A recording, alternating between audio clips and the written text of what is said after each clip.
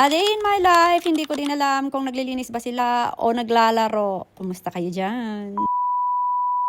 Ayan na nga mga ka-eme, walang pasok ang mga bata today. Akala ko, yes, tulog mode, pero hindi. Nanay mode activated again. Ay, for the go, eme lang. So as you can see mga ka-eme, yung mga anak ko kapag walang pasok, may mga kanya-kanyang routine yan. Si Antonio nga tumutulong sa akin magawa ng breakfast. Si Rochelle naman, nagsasampay ng mga damit na uniform nila. At si Ruisa, my God, parang hindi ako makapaniwala. Naglinis ng CR nang wala man lang sigaw, walang sermon. Kung saan nilang ginawa. Sabi ko nga, ay baka mabales. Ay, eme lang, for the go. At mga ka-eme, after nga maluto ng pagkain, syempre dating gawi, dito kami kumain sa may under the trees, beside the pool, naglatag lang ng mat, dala-dala yung pagkain, parang picnic pero budget version. Para aesthetic ang datingan. Ay, salamat. Dito kasi nag-i-start yung maritesan. Uy, hindi. Family to. Ay, for the go, eme lang.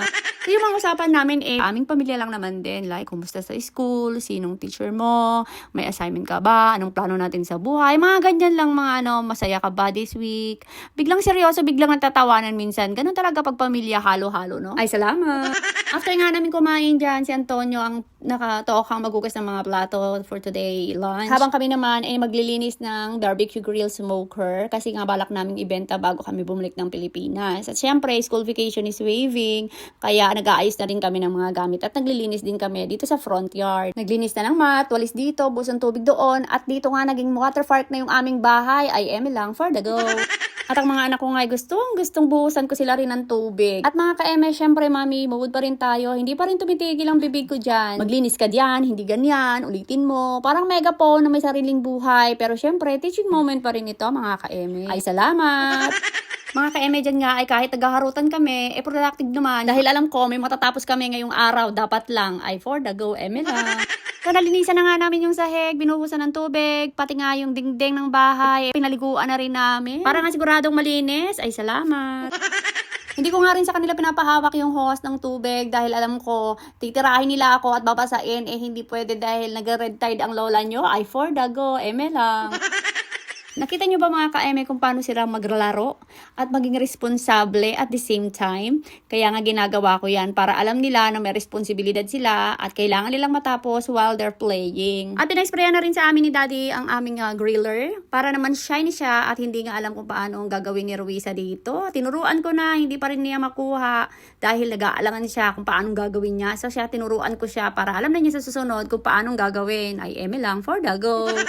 Mga ka-eme, real talk lang ha, napansin ko talaga na mas maayos ang kilos ng mga kids ko ngayon nung binawasan namin ang cellphone at gadgets. Mas maingay, oo, mas magulo, oo, pero mas tumutulong, mas nag-uusap, mas may present. Hindi tayo pare-peroho ng pagpapalaki sa mga anak at okay lang yun. Pero sana kahit minsan, bigyan natin sila ng oras, banding at simpleng gawain kasi doon sila matututo ng mga bagay na hindi natuturo sa school. And after the long, tiring day, magluluto naman tayo ng dinner and I prepare to cook a buffalo wings. So may wings tayo dyan, patis, salt, and then paprika. Nilagyan na rin natin yan ng black pepper, and then 1 egg, syempre, flour, and then lemon juice. At imekos-mekos nga natin yan at make sure makombine ng maayos. And then ilalagay natin siya sa fridge ng mga 1 hour. After an hour, mag-prepare tayo ng cornstarch. Tapos i-dip natin yung ating chicken wings na na-marinate. And then ipiprito lang natin siya.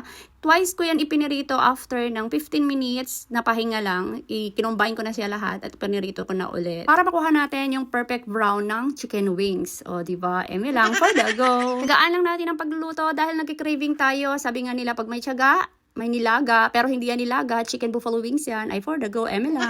Gawin naman natin ang chicken buffalo wings sauce. Sa isang pan, maglagay lang tayo ng butter, chopped garlic, nagalagay na rin ako dyan ng Heinz ketchup, pero kahit anong brand ng ketchup will do. And then, naglagay ako ng Sprite. Maglagay ka na rin ng soy sauce, salt and pepper, and then combine all the sauces, all the ingredients. Tapos, i-mix lang natin yan. So, transfer ko yan sa may mas malaking bowl para ma-combine ko siya at mahalo ng mas maayos. And then, wiggle-wiggle lang natin yan. Combine together. Ngayon nga, pwede na tayong mag-dinner mga ka-eme dahil table is set up and dinner is ready. Ay, salamat! Mga ka-eme, look at that. Try natin itong ating buffalo chicken. So, panatilihin natin ang connection ng ating pamilya. Hindi man araw-araw, pero kung kayang madalas, gawin natin para maging stronger ang pagsasama. So, mamimili pa rin tayo ng bibigyan ng gift basta naka-follow sa ating page at naka-share ang video na ito. Thank you for watching mga ka-eme. See you on my next mini vlog. Kapo na ka. Kain muna ako. Bye.